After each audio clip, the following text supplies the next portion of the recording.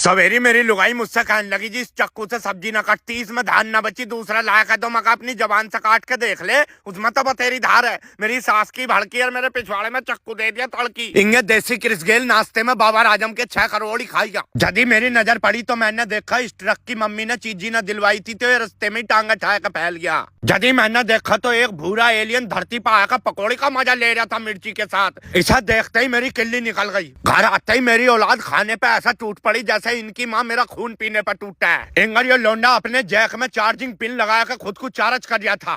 इंगे भूरा अंग्रेज के कच्छे को देख कर मैं चौंक गया कि अगर इसमें ये गुलाबी पट्टी ना होती तो पता ही ना चलता इनने कच्चा पैर भी रखा है ना। जदी मैंने देखा तो मलाइका अरोड़ा मीडिया से छुपते छुपाते जिम से सीधे अर्जुन कपूर से मिलना पहुंच गई थी। भाई के भी मजे ही हैं। इंगे इन बुढ़ाई का सही रेट मिल जाता तो मैंने कबाड़ी वाले को बेच दिए। कबाड़ी वाला पूरा 5.5 का नोट देकर इन्हें ले गया। इंगे मेरी लुगाई इस कुत्ते को अपने इशारों पे ऐसा नचाने की कोशिश कर रही थी जैसा मुझे नचावा है, पर यो नहीं नाचने का क्योंकि यो इंसान नहीं है ना। यदि मेरी कटिया मुझसे कहने लगी मालिक सर्दी का टाइम चल रहा, हमें सर्दी लग जाए तो दस्त हो जा पतले पतले, हमारी टैब बोल जा, मगर चिंता वाली बात ना है, मैं बड़ा काफ ले रहा हूँ, तुझे सारी सर्दी गुनगुने पानी में दूंगा, हम देख के कैसे सर्दी लगेगी। इतना हाय हुल्ला देख के मेरे यो समझ में ना आ रही थी कि बाजार में भीड़ है या भीड़ में बाजार है। जदी मैंने देखा तो यहाँ वो चीज रखी थी जो दूसरों की खुशी देख के कुछ लोगों के पिछवाड़े में लगती। इंगर ये लोंडा हाथ मिलाने के बहाने मेरा हाथ उखाड़ने के चक्कर में ही लग रहा था। इंगर गणासे की धार तेज करते हुए ताऊ को देख कर मैं समझ गया